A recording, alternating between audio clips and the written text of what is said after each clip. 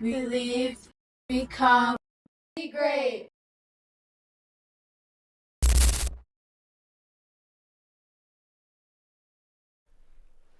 Welcome back, everybody, to Peeling Back the Greatness. We are already a quarter of the way through the year. Man, life tends to get a little crazy sometimes, especially when you start planning stuff in advance. So, thank you everybody for tuning in. But first, before I even get started, let me tell you to go like, subscribe, share. Been getting a lot of comments on the reels and stuff like that. So, continue to do it. Let's continue to make great things happen. So, my guest today, I want to let you know that this is somebody I've had the blessing to work with, and we've done some great things as far as music video and filmed another podcast. Shout out to the Redo Show.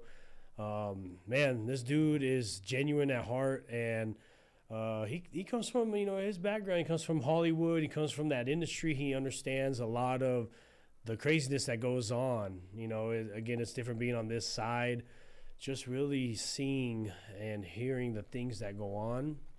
It's different, man. And he's been in the game for 30, almost 40 plus years. 40 plus years. I hate to say it, but yeah. All right, so I got my special guest right here, Mr. Risky Lover himself, Dannell McNeil. What's up, Dannell? How you doing there today, Derrick? I'm doing good, man. All right. Thank you for having me on your show. Absolutely. One of the things I do want to, I want to kind of dive into a little bit of everything, man. Like I said, you have an extraordinary background. You have a lot of, especially on, the music side and, just some of the familiar faces and familiar names that people may have heard of, may have seen. I kind of want to dive a little bit into it, man, because especially and with me being in the industry, being in the background of music and the media, the TV, all that stuff, it's a lot of crazy stuff, man. I mean, usually I wouldn't be one to say, yeah, don't believe everything you hear, but man, when they talk about the crazy stuff in Hollywood and the crazy stuff that goes behind the scenes, it's not far off from what they say, man. So why don't you go ahead and give the people a little bit about who Dannell McNeil is? All right. Let's see here. I'm getting over a little cold myself. I'm Dannell McNeil, also known as the Risky Lover. Had a maxi single song titled Risky Lover, and it got to be on number 37 and 38 on some of the music charts out there on the 40. A little bit about me. I've had a fascination with music all my life. Ever since I was a little kid, taking pencils and banging them on the tables to trying to do everything from coming up with a beat on my lunchbox to back in the day they used to have little metal steel lunchboxes, and I used to try and bang out a beat with that. And then my folks had a upright grand piano, and I'd have a pocket radio, and I'd try and emulate what I heard on the radio along with a little tape recorder. So I really started out almost since I came out of my mother's womb.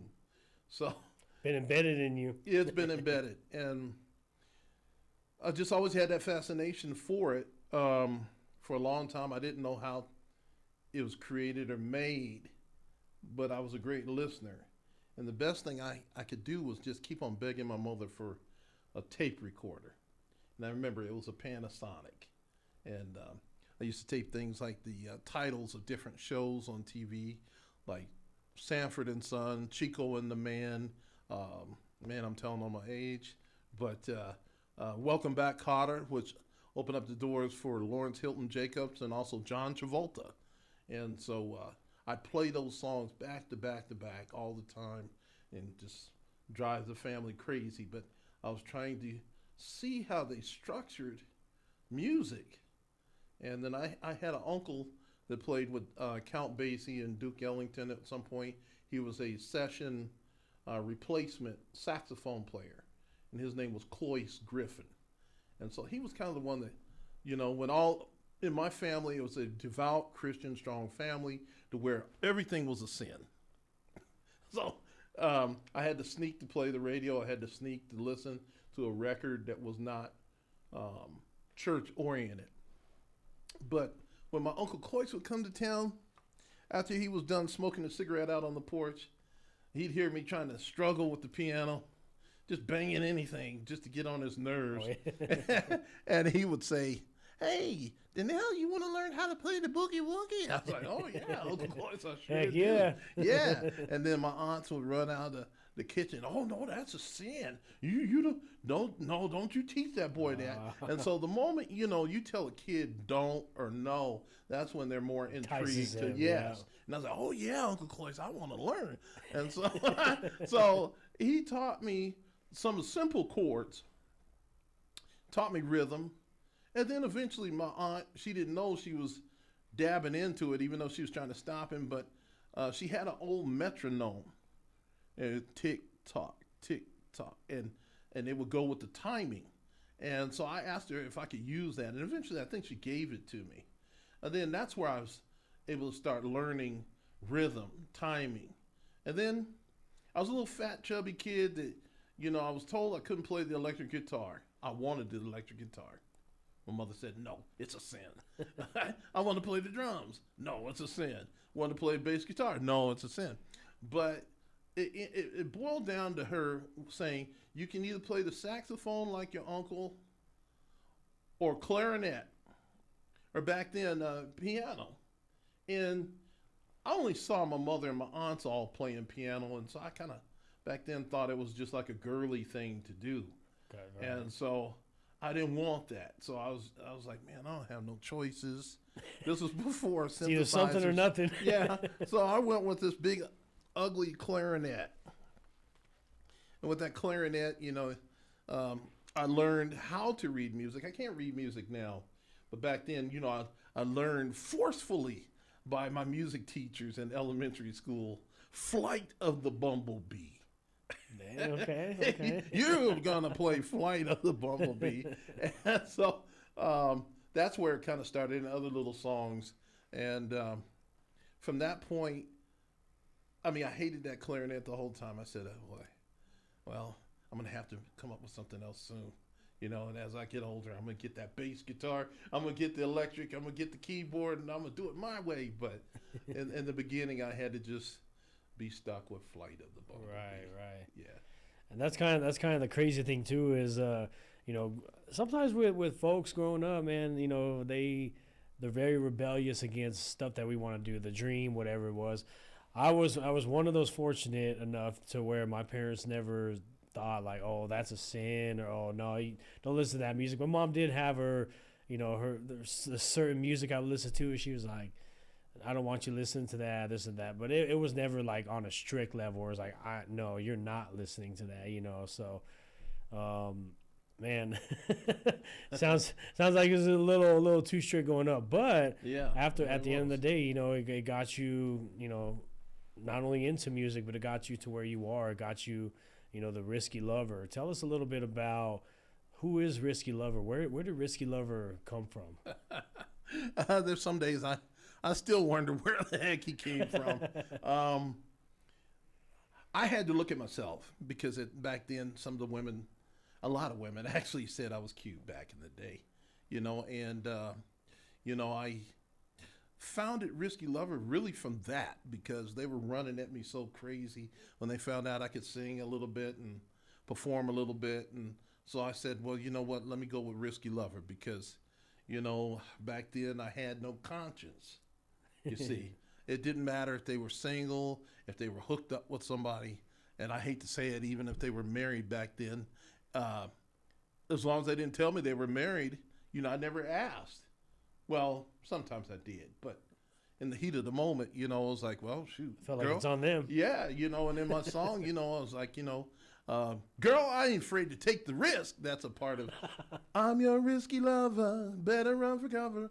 And so in that song, I'm saying, girl, I ain't afraid to take the risk. And I wasn't afraid to take the risk. I was built. I was doing martial arts. I was training in the military, and a lot of the fights were military paid for exhibition bouts or regular ring bouts, whether it was boxing, jiu-jitsu, or other things like taekwondo, whatever, which now they call it all mixed arts, Mixed martial arts. Yeah. And so back in my day, they had it. It was called Sabaki, and then it was also called Tough Guy Competitions. And then they eventually over the years changed it. And I think still the founder of that is probably Bruce Lee, really, to be quite honest. But back on the music tip, Risky Lover, he was a badass. And Always a badass, still a badass. Oh, hey, still a badass. And now I'm gonna be now I got 13 grandkids now. Now I'm more like multivitamin ass now. Geritol or whatever the case may be, multivitamins. But I had a group, and we were a cover band group. I formed that after I left out of Colorado and moved out to California and other places. The military had sent me. Then they sent me back to California eventually, and that's where I got out of the military. Was California. Then I was in reserves and in other areas. But what happened is I had a group that I formed from the military. Some of them served right along with me, and some were in my sister units. And so we were called the Risky Lovers. And of course, I was the leader of that group. And so we did a lot of cover songs in clubs and the NCO clubs, etc. Risky Lover opened for people like Jamie Foxx, T.P. Hearns, Gladys. When I went solo, that was T.P. Hearns and Gladys. Def Comedy Jam, Star Jam, which I'm not sure if their production is still around, but those are just a few of the things Some that of the the big old things, Risky the Lover greats. and some of the best people that I met in the business while I was the leader of the Risky Lovers was Michael Jackson. I'm just going to go straight forward. Okay. Michael Jackson, and then come find out, his dad and my grandfather were best friends up in Gary, Indiana. So that right there just meshed us to become friends instantly. Right. Because he was so hard to be approached. Once we got together, though, it was like he never wanted to let me go. It was just a time where right after we started establishing a friendship and getting to know each other better, then he got in all that legal battle, that legal trouble. Everybody under the sun was accusing him of sneezing on them or something. And I'm going to say in my heart, none of it's true. None of it's true. And what an amazing man. But I met others.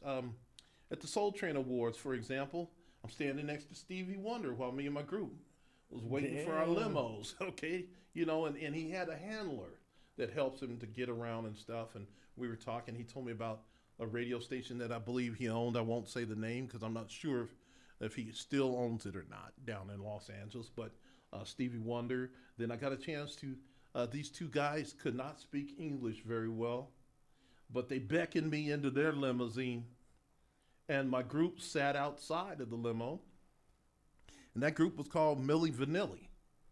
And so Rob Platus, the lighter skin guy that passed away, actually I think it was a suicide, unfortunately. He had broken English, very, very broken English, spoke fluent German. And then Fab Morvan, that's still alive, the darker guy, he's about my complexion. He was the one beckoning me, come in, and he couldn't really speak too much English either, but his strong language is French, parlez-vous français. And so once I understood what they wanted me to do, I went in the limo.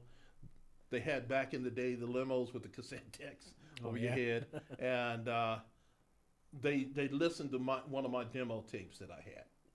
And Did you carry it on you? Did you have the demo? I had it with me. Oh yeah, Pays to have it on you. You go to the Soul Train Awards, you better have a demo, especially if it, And we were there with other people, other groups that were trying to make it just like us, and then some had made it.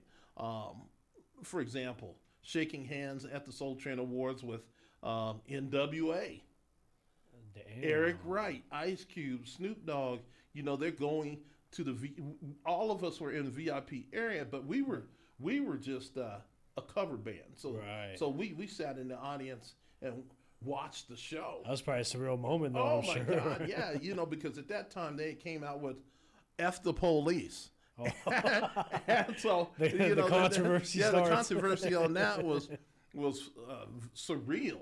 Oh, I bet. Yeah, so Especially being in that same atmosphere and environment. Oh, I can't even imagine. And at that time, the law was how can I put it?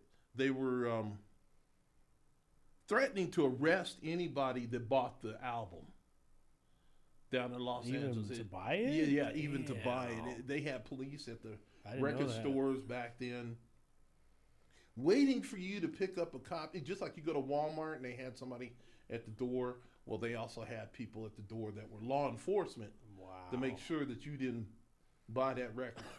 It's like why even sell it in the stores if you're gonna right, and it still sold it one way or another, and that was a huge hit for those guys. I mean, it's huge. But let me see who else have I met in the business. Got a chance, the pleasure. One day he may owe me. Well, he does owe me.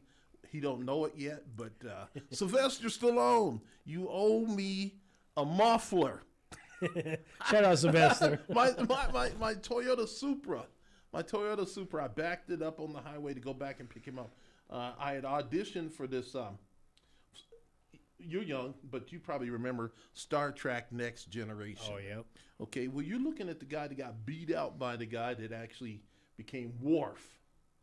And I auditioned for that. When you're not performing with music, and then when I wasn't on a military mission, then I was down there in Los Angeles with agents down there. Hey, audition for this, audition for that. So at the Roosevelt Hotel, I'm down there auditioning. The band's left behind, Risky Lovers back at the base. And I'm down there in Los Angeles for one example at the Roosevelt Hotel, down there, right there on Hollywood Boulevard, right in front of the Grauman Chinese Theater. If you ever had a chance to go to that, or if you saw it on TV, It's right across from one another. And so I'm in there with about 500 people casting call for that. And then they narrowed it down to 3 or 4 people. And I was one of those 3 or 4 people that was left in the final roundup. And I got beat out. But the amazing thing about it is I got a chance to shake hands with the guy that played Data. I think he was like an android robot type. Okay. I never watched Star Trek, so I'm not familiar. Okay, well, yeah. He's kind of like an android. And so I got a chance to shake hands with him. And then I got a chance this guy comes up to me.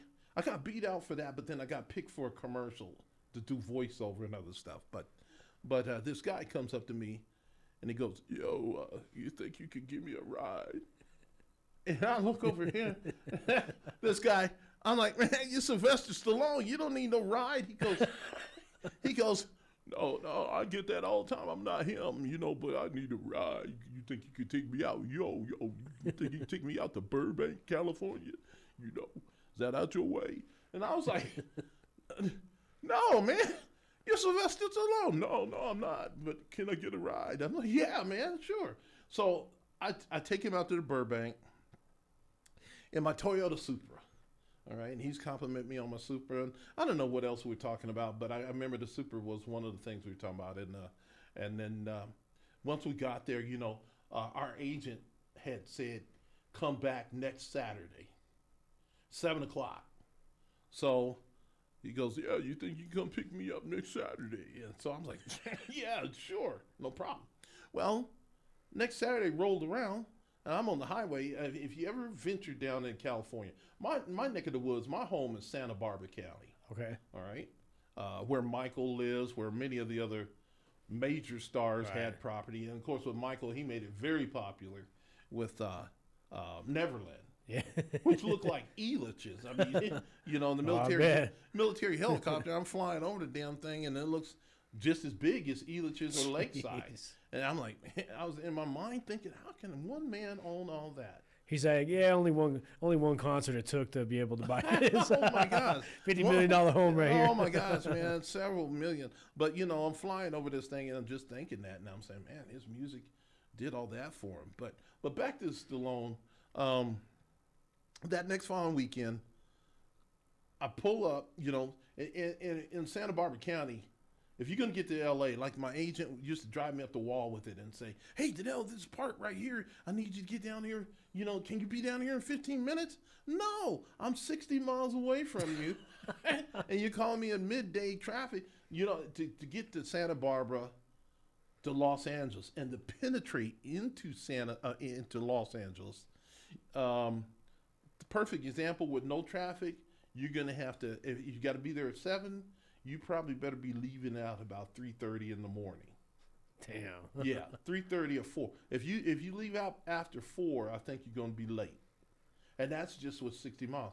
Why? Jeez. Because the highways, Highway 101, for example, Highway 405, the 15, they all look like car manufacturers threw up on the highway. Oh, Yeah, jeez. yeah. So you can just get out your car, play tennis, bounce a basketball. You throw think a it's worse? football. You think it's worse now? I think it's a whole lot worse now because now people, God bless them, the ones out there in the Palisades area, homeless, but they still got cars, they still got vehicles, and so now they're probably just scrambling around even more with the other traffic. Like, what do I do now? Yeah, they decided to bring it all out this way. Bring it all out. Well, one or the other, but boy, I tell you. So getting down there in the mousetrap. And for those of you that are familiar with the Los Angeles mousetrap, it's more like a bear trap because when you get down there, if you miss your exit like I did, it can be a painful experience.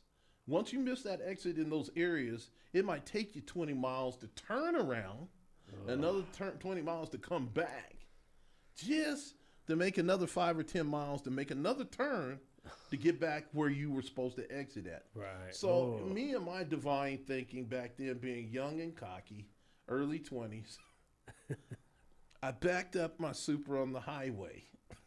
I backed it up on the exit lane, in the emergency lane. That's what I meant to say. Not the exit lane, but the emergency lane.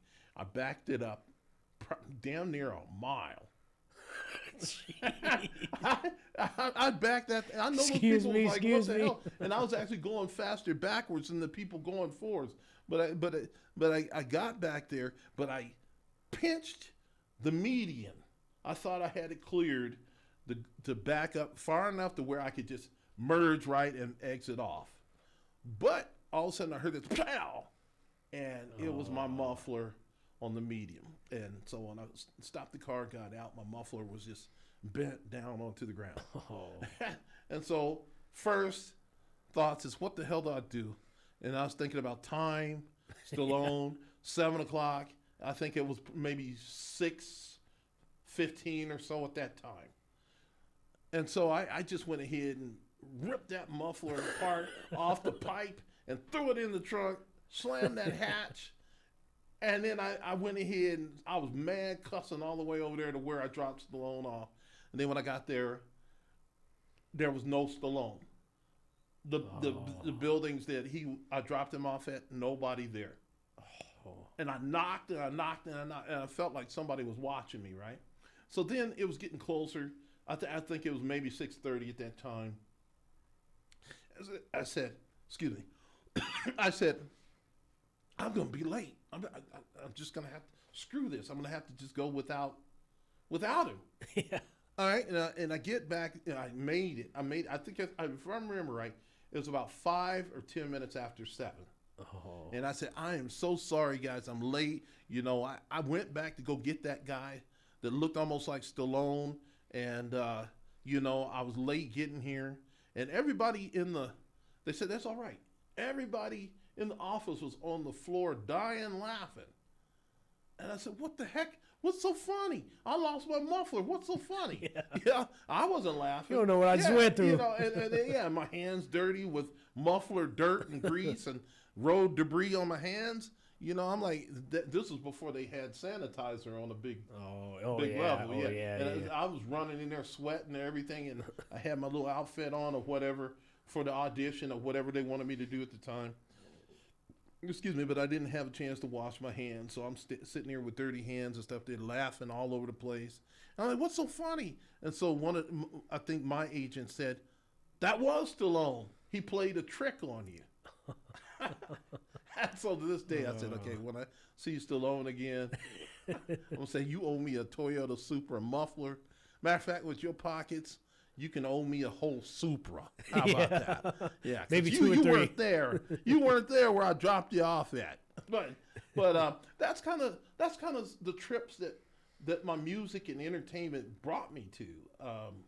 You know, I remember standing on stage with a guy by the name of Rob Bass. I want to rock right now. I'm not internationally known, but I'm prone to rock the microphone. Okay, that was up there in San Luis Obispo, which is still part of the California, that's crazy, Santa Barbara region. So you know, you get a chance to meet people like that, and you know, I can. If you're out there listening, Rob Bass, you was 3 hours almost late for that show. And I won't tell the public why he was that late, but I'll just say somebody's daughter has a good story to tell. or maybe many of them groupie girls, but you know, or not girls, but women, because you know, they were flooding to him like crazy. And it was a hot song he had at the time, but I can remember that tour bus was delayed for 2 or 3 hours before the show even got going. Wow. So, you know, but those are some of the things that I had a chance and the pleasure of doing. But music opened up doors for me to be part of my first movie production, which I got cropped out of most of it because the plot of the movie was back in the 1920s and 30s, and minorities were not really favored very much at that time. But it was the movie called The Rocketeer. And I was a gangster dressed up as a gangster. My wardrobe was a gangster. And then I helped a little bit with the pyrotechnic end. You know, the gentleman that was set up for the pyrotechnics. I was out there with him, talking with him and learning a lot from him. Then a lot of the camera crew, in between takes, that's where I was cutting my teeth. Hey, well, you guys said, the director said playback. They want to look at playback and stuff. How do you do that? Can I see? Well, when they're saying pan left, pan right, well, what does that mean? You know, are we ordering a pizza? What are we doing here? You know, pan, what are we doing? I like deep dish. So bottom line is the panning was some of my cutting the teeth. And the cameraman was showing me, hey, you want to try this? You know, let's do that. And so that's kind of where I first started cutting my teeth more on hands-on. And that was with Touchstone Pictures, Buena Vista Films, which is owned by Walt Disney. And so that's some of the things. With that, like some of the celebrities I met out of that was Alan Arkin. He's passed away. Also, who has just recently, I believe, passed away, Paul Sorvino, that played Big Paulie in Goodfellas. Okay. Yeah, and I'm like thinking to myself, man, this music stuff and entertainment, man, you get. You meet everybody, a lot of people. You meet everybody, and I was just shocked. I'm 6'1.5" and 220. Well, back then I was 225. Now I'm about 250. Depends on the spoon benders that day at Good Times Cheeseburgers. But back then my fighting weight and entertainment weight and military weight was 225. And I thought I was big. But then when I met Paul Sorvino, that dude was, his hands were 2 times my size. Hammy hands, big, you know, and I don't know, I think he's maybe about 6'5", 6'7", 6'6", 6'7". Yeah, he's probably about the height of Michael Jordan, or maybe a little bit taller. So that's great. That's pretty. That's pretty tall. Yeah. So those are some of the people. You know, I could go on, but those are some of the ones. Michelle Thomas, may she rest in peace too. I asked her to be my girlfriend. Malcolm Jamal Warner, if you're out there, you catch this show. No hard feelings, man. My condolences to you. But that's how I got a chance to meet you at a book signing, which Robin Leach of Lifestyles of Rich and Famous tape recorded us as friends. And it was really only because of a book signing that he was signing autographs. And she had introduced me to him. but Michelle Thomas that played Myra on Family Matters. I had asked her to go out with me. I had asked her to go out and be my girlfriend. I already had a girlfriend. I had several of them. I was a risky lover. But she said, Dannell, I'd love to go out with you. I'd love to be your girlfriend, but I can't. And I said, why can't you? And she said, because of Malcolm. I said, Malcolm? Who's Malcolm? Yeah. And then she said, I said, wait a minute. Jamal Warner? Malcolm Jamal Warner? She said, yeah, that's my boyfriend. And I said, oh. Like just dinner? Just lunch? I was, man, just a little late. You know, I mean, you know, may she rest in peace. My common law wife, we were together at that time. But every time we'd have an argument back then, I was young, cute. Every time we had a disagreement, I was out there and there was always some young lady in my face. And maybe I was in some of their faces too. But I had, I don't know, probably about 20 plus girlfriends. And actually, I'm going to be honest and say probably, let's see, there's usually 30 or 31 days in a month.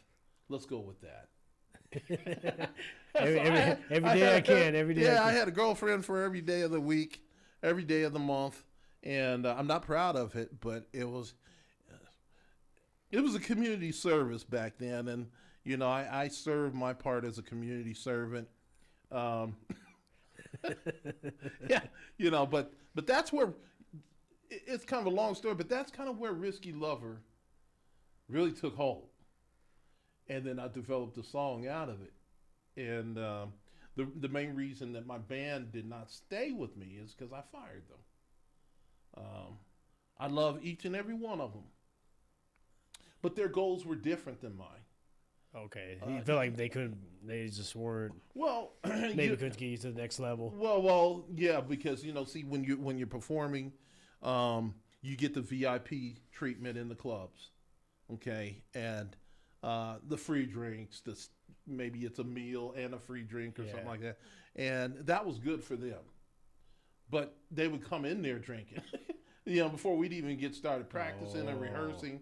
And just, you know, their mindset, we were all military. So they were getting a check just like me every 2 weeks. Right. And so they were kind of looking at it like, well, this is just something to do, you know, ho-hum.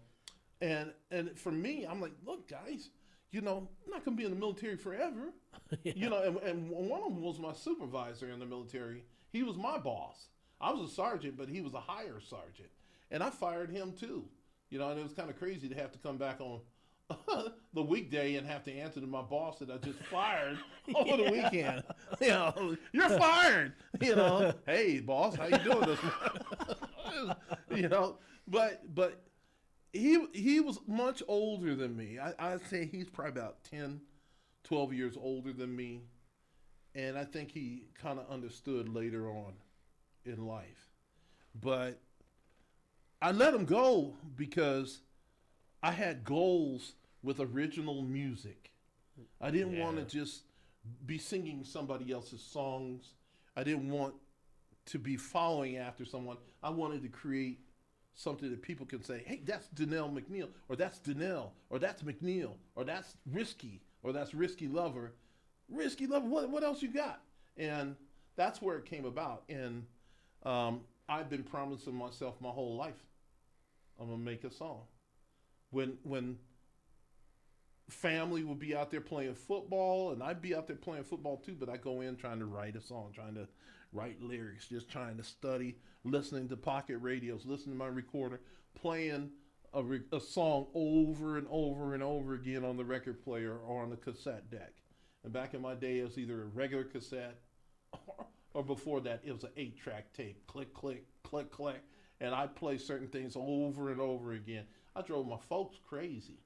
Luckily, my dad's deaf, so he couldn't hear it. Oh. but he just saw me punching buttons. But that's where it all started, Derrick. There are not a lot of spaces that we have in our community where we actually have permission to be broken. Yes? Because people want us to come with a presentation of perfection. when on the other side, we are a mess and we're creating broken people in our path. Y'all ready? Yeah. We're going to get into a little Therapy Thursday. We're going to have a good conversation. This is a reintroduction of Therapy Thursday to each and every one of you. I'm your host, America Jones. Welcome to the show. There is a call and a beckoning in the spirit for broken people to be whole. She'll hold your hand in the darkness. She'll pray over you. But she also will hold people accountable when they're not doing their job. And we see that a lot in community, where it's somebody else's job to do. Monica doesn't pass the buck. She takes it on, and she does an amazing job with who she is. Monica Badgett. Thank you. Thank you. Thank you. Thank you. How did, again, being in this industry, Dannell, it's crazy, right? Did it ever cross your mind of, or I should say, what is the mindset you had, when you met the celebrities and stuff? Well, I know they're bigger celebrities now. Did you ever feel, okay, before I ask you this, I'm going to tell you something. So the way that I make this approach when I see a celebrity, right, is you treat them like regular people. To me, I feel like that is more of a genuine connection than just people that fan these celebrities. The stories that you have, did you ever feel, it doesn't seem like you fan these people. It seemed like you were really built to make that connection. Is that what, did you ever feel like you were genuinely making that connection with some of these celebrities now? Back then I know they weren't, they might have not been that celebrity status, but like Sylvester Stallone, Michael Jackson, did you really feel that genuine connection as far versus like, that's Michael Jackson, that's Jamie Foxx, that's Sylvester Stallone? I'm going to say with that, I treated them just like I treat myself. And I looked at them as they put their pants on the same way I do. In person, it's so crazy because back in my generation, there was MTV, VH1, and they make these stars bigger than life. Wow, here's Michael Jackson, here's Prince, here's Madonna. These people built MTV, but when you see them in person, especially, I'm gonna go back to Michael. Here he was. When we first met, he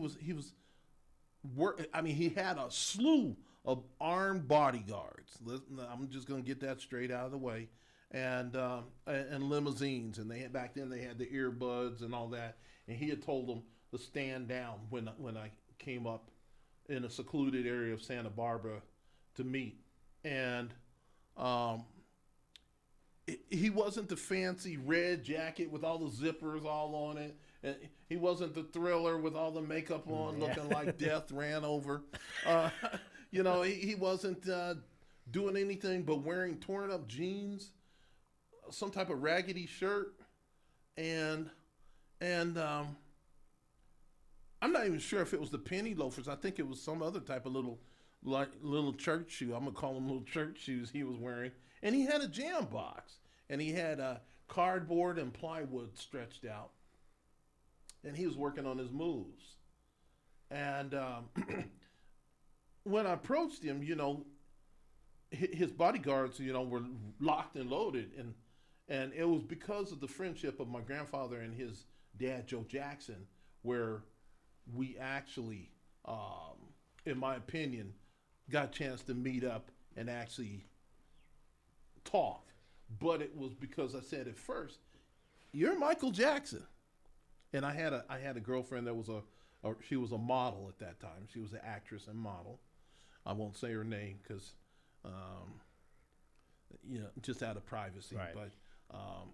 But the thing about it is, at the time, her and I were looking at each other, and she's, I'm looking over her, and she's like, "That's Michael Jackson," but she was cool about it because she came out of a wealthy family, and she wasn't like hyperventilating like what you see with like the old Michael Jackson stuff where the women are falling out, or like the Beatles where the women are falling out, being carried out on stretchers. But she handled it well. And so I said, "Hey man, you're Michael Jackson, you're Michael Jackson." And at first he was denying it. He was denying it. I said, no, no, no, no, no. You're Michael Jackson. And so I said, I can prove it. And he goes, no, I'm not him. I'm not him. I said, yeah, my grandfather and your dad were best friends up in Gary, Indiana. And then me and my girl started walking away. And he actually stopped me and said, wait, come back. Come back. What was your grandfather's name? And when I told him, and then the last name, McNeil, hit him. And, right in there. and Michael reached out and just embraced me, just like how I'm doing this microphone right now. He held me for about 2 or 3 minutes. And tears of joy. So I, you know, what level did my grandfather and his dad have? Well, for one, my grandfather was what they call a straw boss of blacks, Indians, Hispanics. They didn't Asians. They didn't call a black man boss back in those days. So they didn't call him a foreman either or a supervisor. They called him a straw boss. And so when I told him the name, instantly, that's what woke that whole friendship up. And connection. Yeah. And at that point, I realized he's a man just like me. Not all the high pitch, well, Bubbles, or thriller, thriller. He wasn't doing that. It was like, yo, man, your grandpa, my dad, it was like two brothers, just like me and you talking right now. Yeah. It was like that. And he just later on could not understand my lifestyle of the military when the military says, you got to go. Because it was almost like a kid saying, can't you stay another day? When you're spending the night and, and your friends are like, man, we having so much fun. Can you stay one more night? Call your mom and dad. See if you can stay. But in the military, it wasn't like that. When, and when you have to go, you got to go. Yeah. And that was something that I felt. One thing I'll answer Derrick on that is I felt Michael was a very lonesome. To have all that much money and power and fame, I felt like he was, at the very moment we first met, I felt like he was extremely lonesome. No matter how much he had. I couldn't even imagine having to have bodyguards to go with me just to stand on the beach. Not just one or two. I mean, he's got a whole squadron, battalion of them. Yeah. I remember when he came out to the Aurora Mall out here in Colorado one time. This was before me and him got a chance to meet. I was actually working at the mall and in high school, but that whole mall was shut down when Michael came in there. They had to shut it down to let him get through to get whatever it is he wanted out of there. Yeah, but I remember that. Can you imagine how much it costed to have to shut it down? Like $100,000. Okay, we're gonna shut it down for an hour, or something like that. Damn. Right? But Derrick, fortune and fame isn't everything, and I think privacy is another thing that a lot of people forget. Once they get into that world, privacy is something you don't have. I'm not going to disclose a name of a celebrity right now that I'm in communication with, but they've been through an ordeal to where their security has had to be upped a lot, and they're in my mind, I'm thinking to myself, I'm really rich because I can just go and come when I want to. I can go if I want to go get me a Slurpee over at 7-Eleven, I can just hop in the car, go get it. But when these people have that type of celebrity fame, fortune, fame, and money, they can't just hop in a car and go to get something that simple like a Slurpee or a candy bar because they're going to get hounded. They're going to get mobbed. Right. And So I started thinking, is it really worth it? Now, when the bill collector calls, I'm like, damn right it's worth it. Yeah. But on the regular, um, it's give or take. But I'm not envious of any of them. Like I say, I've had a chance to meet many of them. Belle Biv DeVoe, I've got a chance to meet them down at the Soul Train Awards. Ralph Tresvant, got a chance to meet them. There was a group called Troop. Found out at the Soul Train Awards of all places that Alan McNeil, the second lead singer out of the group Troop. I don't know if you remember them, but they had songs "Spread My Wings, Fly Away," "I'm Not Souped." Then they had oh man, "Mamacita." That was another hit. So they had about 3 or 4 big hits.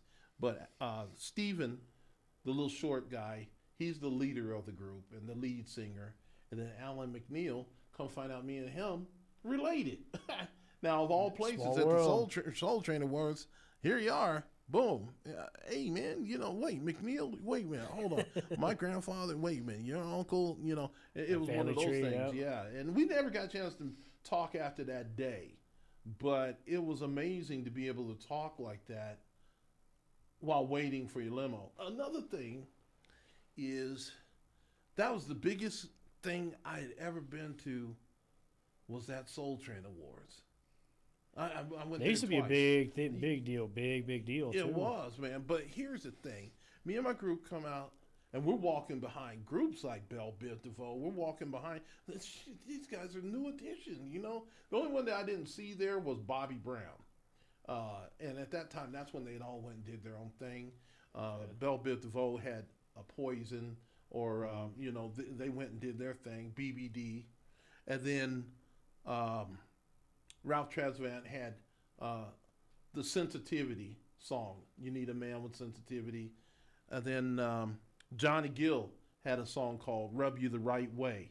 So and then Bobby Brown was so damn hot back then when he had "My Prerogative," "Don't Be Cruel," He found tour, probably doing something. a Tenderoni.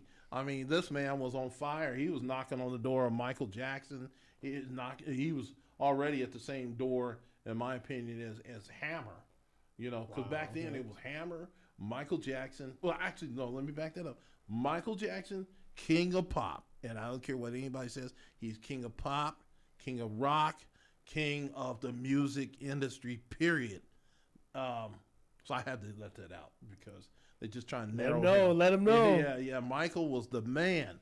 But MC Hammer was knocking on that door. And he had that high energy. And rumor be told, I think he had even challenged Michael to a dance-off. All right? And that would've been crazy. And then, let's see who else. Like I said, Bobby Brown, "My Prerogative," "Don't Be Cruel," "Mamacita." These songs, Tenderoni, not Mamacita, I'm sorry, Tenderoni. He was on fire, and then, you had, on the female side, you had Janet Jackson, not only with Control, but also Rhythm Nation and other things going on at that time. Then she incorporated a person I got a chance to talk to a few times was Heavy D, the rapper Heavy D, the late rapper Heavy D. And, so in that world, it's such a small, once you get in that world, it's a small world. Yeah. Oh, that's for sure. And what I saw out of it was everybody's tight knit. They probably all have each other's phone numbers, etc. Like right now, with the whole thing with the Diddy thing, I'm almost certain probably all those celebrities probably have a connection. I'm sure they knew. They knew. Hey, even we have the connection. The Delio and Tequila Mama. That's me. You ain't taking my last name, Diddy. Well, something, they all contact each other, talk to one another. It's a small world. That's how they keep getting parts. That's how they keep getting featured on certain albums, whatever the case may be. But I had that pleasure of meeting so many celebrities. I even had a chance going in Paramount Pictures and going in Eddie Murphy and Arsenio Hall's offices at Paramount, which is now Viacom. Okay. And so I don't know if their offices are still there or not, but the gentleman by the name of Martin Scorsese, the director, opened the door for me to go into Paramount. And the security people was like, "Hey, do you know who that is? Do you know who that is?" I'm like, "No, just a little old man opening the door." I thanked him for it. I thought that was nice. I told him thank you, and he hopped in a limo. They said that was Martin Scorsese. Back then I wasn't quite up on who Martin Scorsese was. Yeah. I was like, whoever he is, he's pretty cool. And then when I saw some of the movies, I'm like, oh crap, I should have stopped that man. Yeah. But the main thing was for me, Derrick, it was almost like at times like I can't believe I'm here. I can't believe I'm sitting here with a Michael Jackson. Can't believe I'm sitting here with part of New Edition or Troop, for example. It was crazy because I'm like, man, my family back in Colorado, they'll never believe it. And then when me and Malcolm Jamal Warner were put on Lifestyles of Rich and Famous with his book that he wrote called Theo and Me, I still have that book somewhere in my warehouse, but he said, Dannell, good luck in the music business. Nice. And nice. signed your friend Malcolm Jamal Warner. Well, that got televised with Robin Leach. And, you're young, but, he's like a British guy. Here we are, Lifestyles of the Rich and Famous. Well, Malcolm Jamal Warner and his friends. Well, everybody that watched it saw me and him shaking hands at the book signing and just took it that we were just best friends. And man, I tell you, women that didn't speak to me, even as the risky lover, now all of a sudden, I went back to my military base and women that was checking out in the restaurants, like the waitresses or the cashiers, all of a sudden they're like, I get off at 5 o'clock. I saw you on TV. I saw you on Lifestyles of Rich and Famous. So I also saw a phony part of the business because it's like, oh, so if you hadn't seen me on TV, you'd still be snubbing me off. I'm still asking you, hey, how you doing? What's your number? Yep. Next. But now all of a sudden you see me on, I think NBC had Lifestyles of Rich Famous. Folks don't quote me if I'm wrong on that, but I think it was on NBC. And, after it was shown, all of a sudden now I'm getting business cards. I'm getting phone numbers on napkins.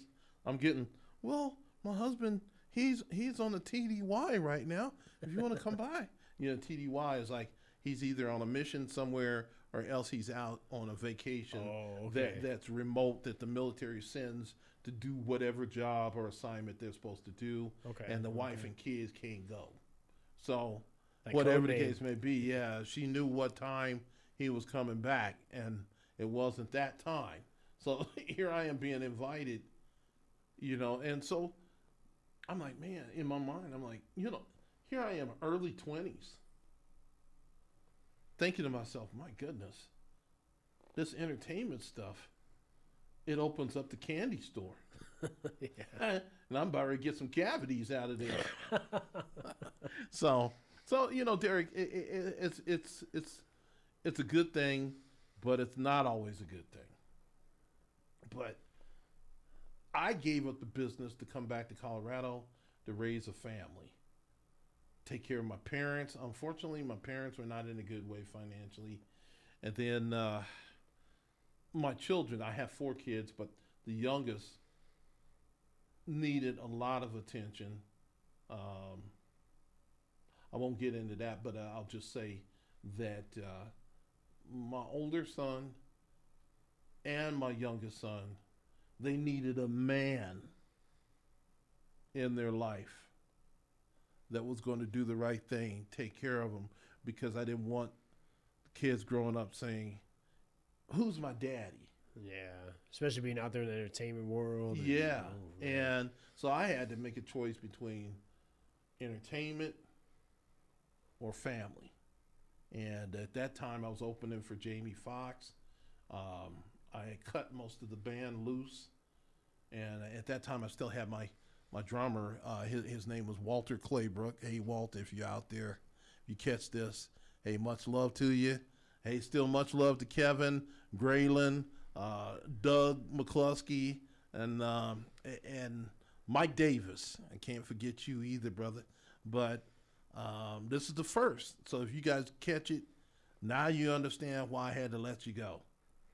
But back then it was hard. And my boy Walter, he stuck with me to the end until I decided to make the move to just leave Hollywood totally. But I can remember me and him being on stage and doing one of my songs and opening for this young man. He's a couple of years younger than me, so I'm gonna say young man. And his name was Jamie Foxx. And back then, if you told everybody, "Hey, watch out for this guy, Jamie Foxx. He is a sensation. He's a comedian. He's a singer. He's an actor," and people was like, "Yeah, I watch him all the time." Red Fox on Sanford and Sons, the old guy. No, the young guy. And you'd have to break it down because Red Fox was already out there with that name Fox. So all of a sudden now you're telling people about a Jamie Foxx.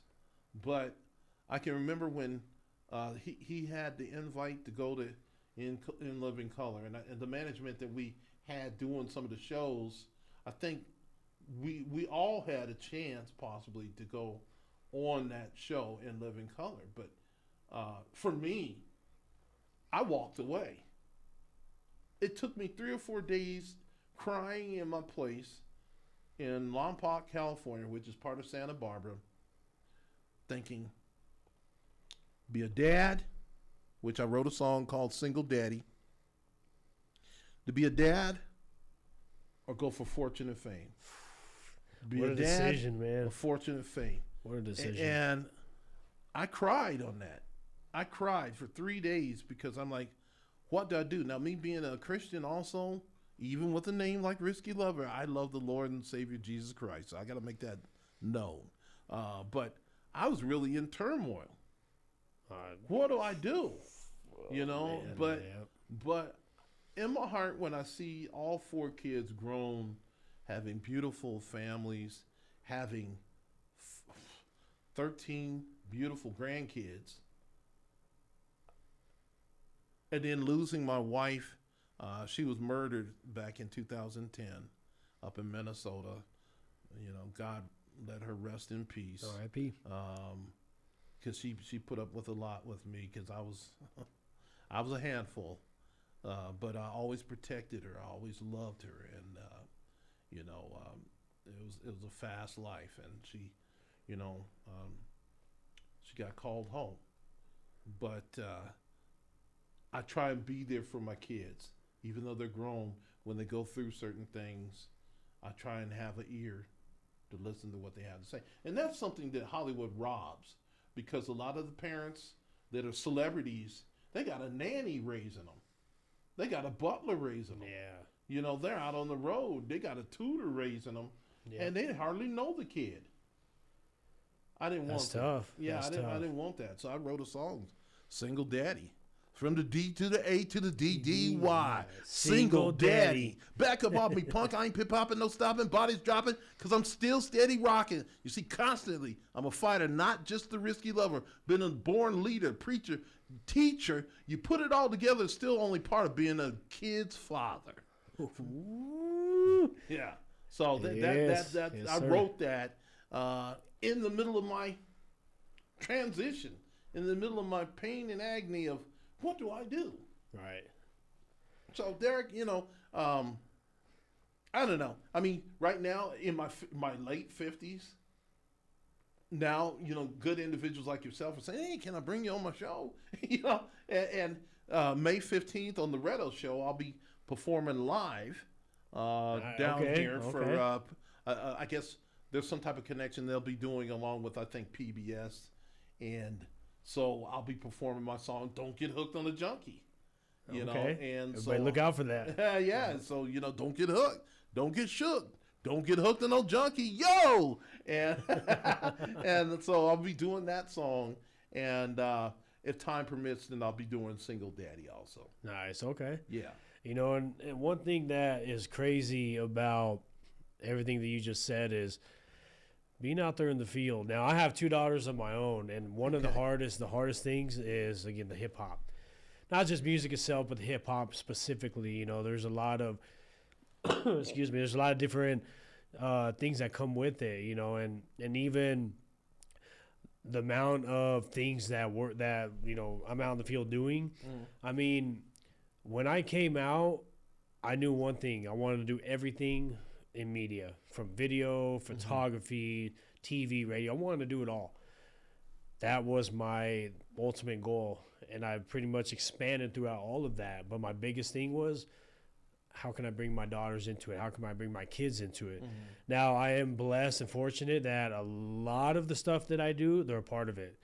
When it comes to the hip hop stuff, that's the type of stuff where I'm like, I gotta make sure that I know what I'm doing and what I'm getting myself into before I bring them in.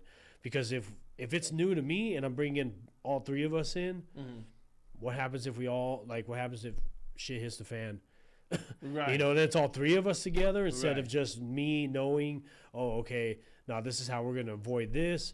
If I bring my daughters in, this is what's going to be different. This is what so I'd rather me go through the trials and tribulations first. That way I know what to expect from my daughters, you know, and that's the thing that comes with the fortune and fame. Now, one of the things that I do want is, yes, I do want the fortune and fame, but I want to do it the right way.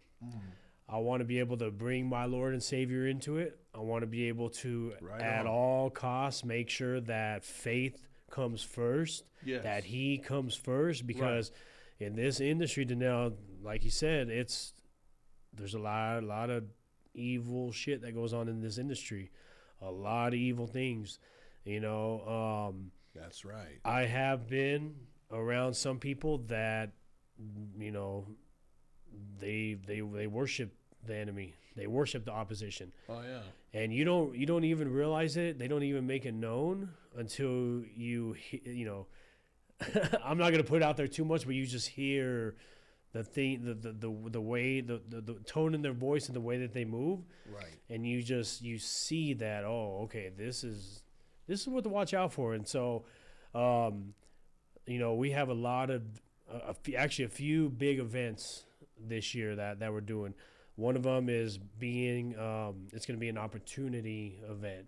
Okay. So where people take, you know, trying to prove that you just need to have a great attitude, and you need to be ready to work. Right. You don't necessarily have to do this, do that. You don't have to go to school to learn all this. You just need to know the right people. Right. You know, and so through all of this, again, I feel that if I bring God into it first, and as an image bearer of God, if I'm leading like this and moving this way, Right. it could really make an impact and bring something much bigger than what people are accustomed to. And on top of it, a lot of the youth are used to the negativity aspect and the way that other kids move. And I'm going to try to remember this verbatim. Excuse me, I'm getting over a sickness too. But so I had mentioned this before, where I said too many kids are influenced by the stuff that they know is wrong. So a lot of like this day and age, a lot of the youth, what they do is they convince their friends and everybody else to do something that they know is wrong, because they know it's wrong, and they know that it's not me doing it, it's them, and I get to witness it.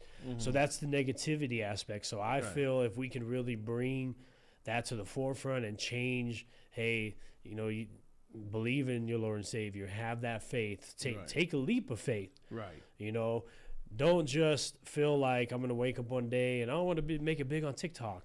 I want to be like this singer and that. I'm going to, you know, don't follow those trends, because those trends tend to lead you off into a distraction. It's all distractions. So, Right.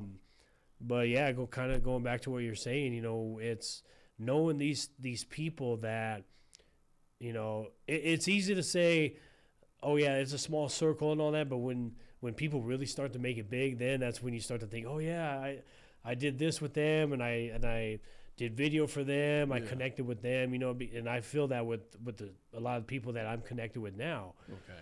Where I know that, okay, this person might blow up, this person might blow up, you know, and it's amazing having that circle, and not just a circle, but just people that you know or associated with that you can one day say, that's crazy that they made it that big, because guess what? This is what I used to do with them. This is what I used to. And it's the same thing like you and Sylvester Stallone. You know, you guys went for that same position, the acting position.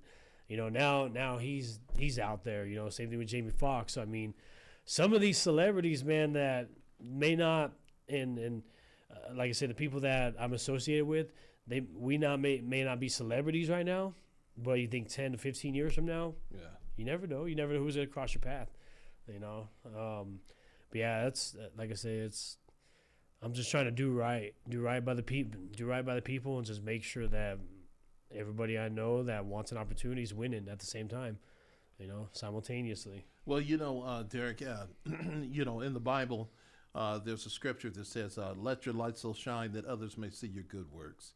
And you know, right now, the way society is right now, there's a lot of people going out there with dim bulbs or blown out bulbs. There ain't no light shining whatsoever. And if it is a light, it's a bad light. They're in a bad light. But that's some of the reasons why, and I'm not patting myself on the back, but I said I was going to have to be an example for my sons, some biological, some not. My daughters, you see, biological or not. I'm their dad. And I had to be there for them to try and be the best role model I could be, because the world is hard. My grandfather used to say my grandfather and my dad used to always say, the world will take your head and bump it against the wall. And I used to laugh at that, and I'd say, oh, yeah, well, yeah, I've heard that. I know, Dad, yeah. But then when I was out there in the world and got my head bumped up against the wall, I found myself homeless at times, found myself with piles of cash, then found myself with relatives. Yeah, I've said it, relatives, over friends, signing stuff they shouldn't be signing, endorsing stuff they shouldn't be signing, and leaving me high and dry, and laughing at me because I'm out there destitute. You see, and so one minute you have it, next minute you don't, but then, you know, your family's sitting there laughing at you, and they know damn well they're the ones that was taking it from you. You know, so I've been there. So I said, you know, I can't allow my kids to grow up not having a strong role model. And as a man, you know, we have to look at the fact that God, our Heavenly Father, male, nothing against the females, I love y'all, but when it all goes down, when the family's falling apart, when the bill collector's calling, when the rent is due, or the house note or car note, it all falls on the man. Now, if a man is locked up, if he's a rolling stone out there doing whatever with whoever, whenever, then things are being left untied at home. And so, you know, even when kids are getting out of line, nowadays, it's even to the point that kids will check their parents, which back in my day, that would lead to a strap on the behind. But you, Derrick, you tell your kids something, or I tell my grandkids now because my kids are all grown, but it's insulting when you tell a young person, let's say under the age of 12 something, and then they get on their little cell phone and have to self-check that, you know, you told them the truth, you told them what it is. If you go out in that street and you don't go through the crosswalks, you're going to get ran over, just like in life. But they have to go on the phone, and Siri or Google or something has to tell them that's called jaywalking if you don't go use the They gotta crosswalk. validate what Yeah, they so hear. now they have to say, oh yeah, well Siri said that's correct, or Google. So back, so society and the world has taught these kids at an alarming level that the world will tell you the right answer. It doesn't always tell you the right answer. Yep. And you watch TV, and I like the crime shows where it's the bang bang shoot 'em up, but I understand it's not reality. It's a television show or a movie. But these young people out here are walking around with these guns, and back in the day we used to call them gats, and going out there actually blasting somebody up just because they scuffed their tennis shoe or because they stared at them the wrong way. And no father figure is there saying, if you put a cap in this person, your life is effed the rest of your life. If you lose your temper and go off on these people, you're going to be locked away for 20, 30, 40 years. Your life is gone. Mm-hmm. There's nobody hardly now telling these young people, stay in school, study, be smart. I ask these young people all the time, what do you want to be when you grow up? I want to be a rapper. I want to be a singer. I want to be a rapper. I got a nephew. He said, I'm going in the NBA. I remember back when he was in junior high and high school. I think he's only about 5'3" or 5'4". So what do you want to do when you grow up? I want to be in the NBA. Can't jump.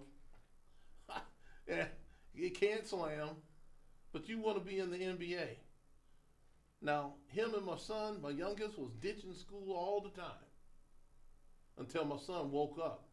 A lot of that is because I had to stay on him. But I thought about it. I said, if I wasn't on him, would he have graduated? Because he graduated. Right. Yeah, and matter of fact, he's going to an astute college right now, which is a blessing. He's going to a prestigious school right now and taking care of his family. Yeah, nice. But my nephew, he's doing whatever he's doing right now too. Much love to you, young nephew. But the thing about it is I'm just using the example, is when they get to be about in their 30s and they're still playing these games like they're back in junior high and high school. Well, what are you gonna do when you grow up? What's your plans? Well, I'm gonna be a rapper. I'm gonna be in the NBA. Wait a minute, hold up. You're too old to be in the NBA now. And I've heard your rap skills. So do you still have your job? You see, and but in most cases, there's no male saying what's right and what's wrong. Right. And I got to hand it to the women because they've taken on the role of man and woman to try and raise a kid. Yep. They've taken both. Yep. And society has it's not an equal plane. If you're a man, you and I, we go down to try and get subsidies, try and get some type of help for housing, homelessness, to take care of your family. You will probably get denied. But a woman with children, in most cases, they'll probably approve or try to make some type of help happen. And, so these young kids don't even understand, try and avoid intimacy, trying to avoid something that's going to bring another child into this world until you can stop being a child yourself, until you're standing strong, got a good education, got a good income, got a good background to raise a kid in. So back to my music and stuff, the newspaper Westward News, a few years back in 2000 or so, they did a story on me, a full page or two story. And, they were asking me a lot of different questions, just like you, Derrick. But the thing about it with them is, is where was my goals? What do I plan to do? Well, one goal is to be the artist, the producer, maybe a mogul one day that doesn't have to have cussing or a whole lot of cussing in the song to make it a damn good song. Also, not to have women out there all booty buck naked, shaking all their meat and have no integrity. I like ladylikeness.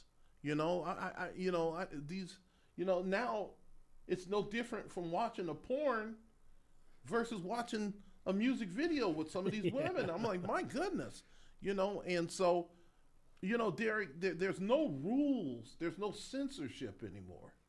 But with my product, I'm going to entertain people. With my product, I'm going to make them happy. At least I hope so. And with my product, you're not going to hear all this cussing and degrading and the N word, which I highly disapprove of, being used a lot, both with female or male, and the bitch, calling women that. Right. And now the women are proud to sing and rap that's what they are. You call a woman back in the day a hoe, and they're ready to cut you. Now you call them a hoe on a record, They glorify it. and they glorify, yeah. And so maybe I'm old school, maybe I'm old fashioned, but I think there's a lot of talent out there that can be good, clean talent and still entertain people, maybe even on a greater scale than somebody that's using the bitch or the hoe or the N word or whatever else that's out. Yeah, just to make it sound emphatic. Yeah, trying to join the crowd. So when you listen to Dannell McNeil, when you listen to my old stuff, Risky Lover, or where you listen to Don't Get Hooked, or when you listen to Single Daddy or whatever, one, I never want two songs to sound the same. I want you to have a mystery. Is that Dannell? Wait, that doesn't sound like the last song he had. I don't want to be the cookie cutter guy. Never have been that. Me being African American, of course, I've been told, hey, you don't sound black enough. Well, hell, I got to look in the mirror and tell, hey, I'm a black man. Do I have to sound a certain way to please a certain group of people that I already know I am? No, I'm going to write the song, if I haven't already written it, the way I feel it. 1 minute I might be singing, I'm your risky lover. And then the next minute I might be singing, I love to praise him. I love to praise his name. He's my rock. So the versatility, one is the worldly entertainment and the other is a gospel song. That hybrid. Yeah. Yeah, let's go, Dannell. So it just depends on how I'm feeling, but God guides me on my whole path. And I know I'm not perfect. I'm not coming here squeaky clean, but I'm just trying, while God has me on this earth, I'm just trying to set the example that we can do better. And, Derrick, I want to just tell you, I thank you for letting me be on your show. And like your slogan says here, be great. 50 okay. Greatness, baby, let's go. And it's about greatness. And so, by me being on your show, I hope and pray that somebody out there, some young listener or some young viewer, will take heed to some of this interview and try and figure out for themselves what's going to be great for them. How can they be a good example? Not everybody can be a rapper. Not everybody can be a singer. Not everybody can be an NFL or NBA or Major League Baseball player or hockey player. Some have to be teachers. Some have to be lawyers. Some have to be doctors. Some have to be scientists. Some have to be garbage men. Okay? But what is right for you? Not following the trend or the path, but finding out deep down inside what makes you tick. What's going to make you happy? And how can you be an example to others to do something good? That's what God did. That's what Jesus did. He came down here. He took all kinds of abuse. Shit. Whether people say he was a god or whether people just try and discount him only as a man, it's been a proven fact the man's been nailed on a wooden cross to save us, to be the example. Yeah, and there's nothing that we do in life that is not in the Bible. That's right. Good and bad. That's right. Yeah. And the way society's going right now is getting worse and worse and worse. So I'm not going to follow the trend on that. I'm going to try and do the best I can. Dannell, I appreciate you coming on, man. Let the people know what to expect from Risky Lover and where can they find you at. Okay, you can find me always on YouTube. My name, Dannell McNeil, Dannell. McNeil, MC capital Neil. You can look underneath the remix, Risky Lover, RISKYLOVER, or you can find me with the infomercial for Dannell McNeil, Dannell, MC capital Neil, and you can look under Single Daddy. Also, you can catch me on just about every platform for Don't Get Hooked on a Junkie, Risky Lover, etc. On Spotify, iHeartRadio, what's some of the other ones that's out there? All platforms. All kinds of platforms. All platforms. I'm there on the platform. Deezer, you name it. Google Apple, this man. Google this man. Yeah, you just put me in the search engine box and just type in Dannell McNeil, and you'll have a bunch to listen to look at, and we'll just go from there on that. But stay tuned.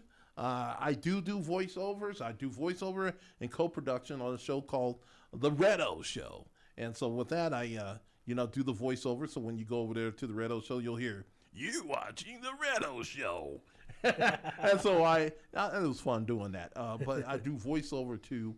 And so you might hear my lovely little voice on some type of production out there too as well. Yep. Hey, for any inquiries, that anybody may have, please reach out to this man. We'll make sure we put all this information in the box. That way you guys can reach out to him for voiceovers, features, whatever it is, music, anything you guys want. Reach out to this man, Dannell. I appreciate you, my brother. Yes, thank you very much, Derrick. I appreciate you bringing me on your show. And hey, be great, my brother. Be great. Peeling back the greatest, baby. That's what it's all it, about, man. right there. Right Let's there, go. man. Let's go. Be great. And thank you very much once again for having me on this show. Thank you, good sir. You're welcome.